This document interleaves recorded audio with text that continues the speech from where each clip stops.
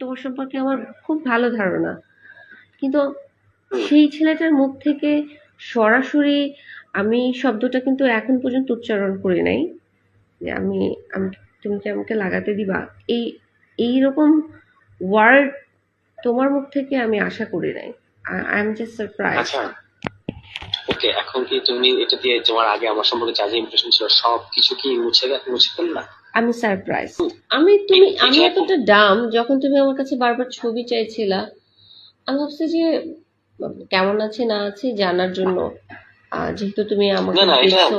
এটার জন্য এটার পেছনে অন্য কোনো ইন্টেনশন, এটা জাস্ট আমার যাকে আমার ভালো লাগে তাকে আমার দেখতে ইচ্ছা করে, এই ভালো লাগে মানে আবার ওই রকম না, মানে আমি যাকে পছন্দ করি, যার সাথে আমার একটা মিল আছে, দ্যাটস ইট।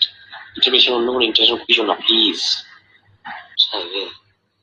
না, আমি তো তোমার এই হঠাৎ চেঞ্জ দেখে খুব অবাক হচ্ছি। বিকজ অফ ইউ, কেন, আমি কি করছি?